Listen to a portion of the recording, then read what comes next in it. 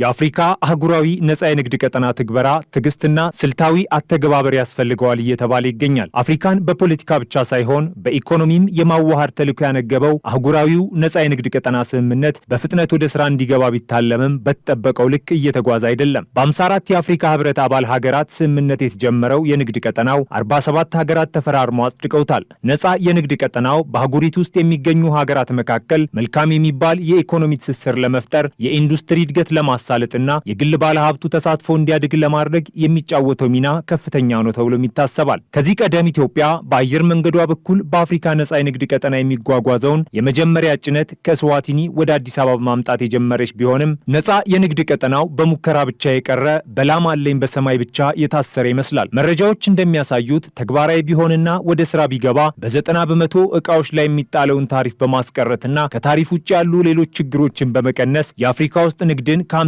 በመቶ በላይ ከፍ እንደሚያደርግና የኢኮኖሚ ውህደትና ትብብርን እንደሚያሳድግም ይጠበቃል። በተጨማሪም ስምምነቱ 3 ትሪሊዮን ዶላር ጥቅል የሀገር ውስጥ ምርት ያለው ሲሆን 1.2 ቢሊዮን ህዝብ ግብይት ውስጥ የሚያካትት መሆኑ በአህጉሪቱ ዘላቂ እድገትና ልማት እንዲኖር እድሎችን ይፈጥራል ተብሎም ይታሰባል። ከሰሞኑ በአዲስ አበባ ስብሰባ ያደረጉት የነጻ የንግድ ቀጠናው ሀገራት የአፍሪካ አህጉራዊ ነጻ የንግድ ቀጠናን ተግባራዊ ማድረግ የአንድ ጊዜ ክስተት ሳይሆን ሁሉን አቀፍና ቀጣይነት ያለው ትዕግስት፣ ዘዴና ስትራቴጂካዊ እቅድ የሚጠይቅ ሂደት ነው ሲሉ የአፍሪካ የገንዘብና ኢኮኖሚ እቅድ ሚኒስትሮች ቢሮ ሊቀመንበር ሪያድ ሜዙር አስረድተዋል። ከመጋቢት 3 እስከ 9 ቀን 2017 ዓ.ም በአዲስ አበባ በተካሄደው የአፍሪካ ኢኮኖሚክ ኮሚሽን የአፍሪካ የገንዘብ የእቅድና ኢኮኖሚ ልማት ሚኒስትሮች ጉባኤ ላይ የተወሰኑ ውሳኔዎች ተሰጥተዋል። ጉባኤው የአፍሪካ አህጉራዊ ነጻ የንግድ ቀጠና መመስረት ለስምምነቱ አፈጻጸም የለውጥ ስትራቴጂካዊ እርምጃዎችን ማቅረብ በሚል መሪ ቃል ነበር። የሞሮኮ የኢንዱስትሪና ንግድ ሚኒስቴር ሪያድ ሜዙር የአፍሪካ ኢኮኖሚክስ ትግበራ ለማጎልበት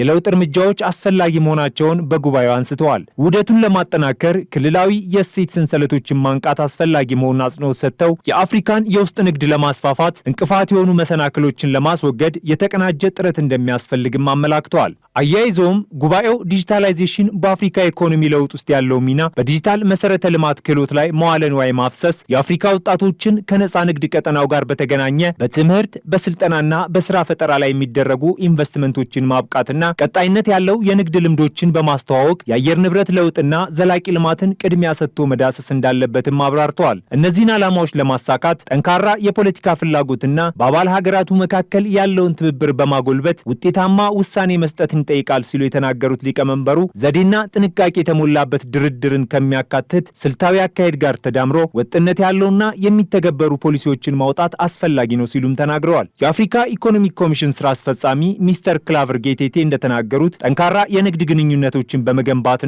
እርስ በርስ መዋለ ንዋይ በማፍሰስ የአፍሪካ ሀገራት ኢኮኖሚያዊ ማገገምን ማጎልበት፣ እድገትን ማነቃቃትና ራሱን የቻለ ቀጠናዊ ኢኮኖሚ መፍጠር እንደሚቻል፣ ይህም ውጫዊ ጫናዎችንና ተግዳሮቶችን ለመጋፈጥ አስፈላጊ መሆኑን አብራርተዋል። ለአፍሪካ ተስፋዋ አፍሪካውያን መሆናቸውን ያመነው የነጻ የንግድ ተቋሙ እውን ተግባራዊ ሆኖ አፍሪካውያንን ከአህጉሪቱ ውጪ ከመቁለጭለጭ ያስቆም ይሆን የብዙ አፍሪካውያን ጥያቄ ነው።